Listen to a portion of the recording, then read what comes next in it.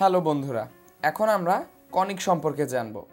Conic ধারণাটা আসলে আমাদের অনেকের কাছেই অনেকটা নতুন, কারণ এর আগে আমরা যখন বিভিন্ন জ্যামিতি পড়েছি আমাদের পরিচিত জ্যামিতিক চিত্রগুলো বা জ্যামিতিক আকৃতিগুলো নিয়েই আমরা পড়াশোনা করেছি এই আমাদের স্কুল লাইফে।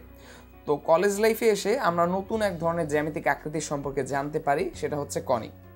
তো কনিক নতুন বলে আমাদের কাছে অনেকটা কঠিন মনে হতে পারে, কিন্তু কনিক আসলে তেমন কঠিন কোনো বিষয় নয়, এটা যথেষ্ট পরিমাণে সহজ। তো চলো কনিক কি সে সম্পর্কে আমরা একটু আইডিয়া নেই। তো প্রথমত বইয়ের সংজ্ঞানুসারে কোনো সমতলে একটি নির্দিষ্ট বিন্দু ও একটি নির্দিষ্ট রেখা, অর্থাৎ একটি সমতল থাকবে, সেখানে একটি নির্দিষ্ট বিন্দু থাকবে এবং একটি নির্দিষ্ট রেখা থাকবে। ওই নির্দিষ্ট বিন্দু ও নির্দিষ্ট রেখা হতে যে সকল বিন্দুর দূরত্বের অনুপাত একটি স্থির ধ্রুবমান হয়, অর্থাৎ একটি নির্দিষ্ট বিন্দু থেকে এবং একটি নির্দিষ্ট রেখা থেকে এক সেট বিন্দু আমরা বিবেচনা করি, সেই নির্দিষ্ট বিন্দু ও নির্দিষ্ট রেখা থেকে ওই বিন্দু সেটের প্রত্যেকটি বিন্দুর অনুপাত একটি নির্দিষ্ট ধ্রুবমান হবে। সেই সকল বিন্দুর সেট দ্বারা সৃষ্ট সঞ্চার পথকেই কনিক বলে। অর্থাৎ আমরা কি দেখতে পাচ্ছি, কনিক মূলত সঞ্চার পথ। আমরা যে এর আগে সরল রেখা পড়ে এসেছি, এর আগে বৃত্ত পড়ে এসেছি, সেগুলো সঞ্চার পথ, এমনকি বৃত্ত নিজেই এক প্রকার কনিক।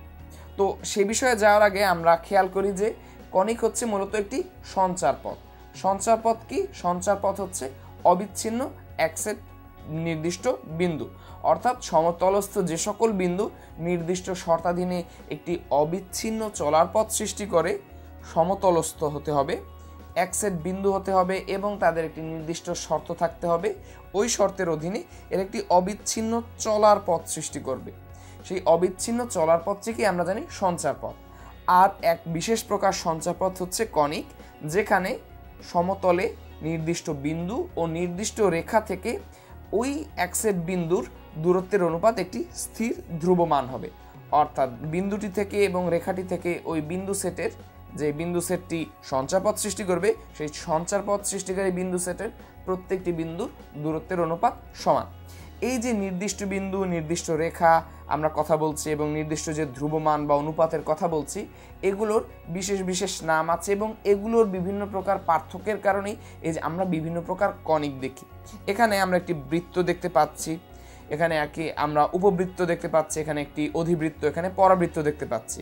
এই যে বিভিন্ন প্রকার কনিক আকৃতি আমরা দেখতে পাচ্ছি, এ সম্পর্কে পরবর্তী ভিডিওতে আমরা বিস্তারিত জানব।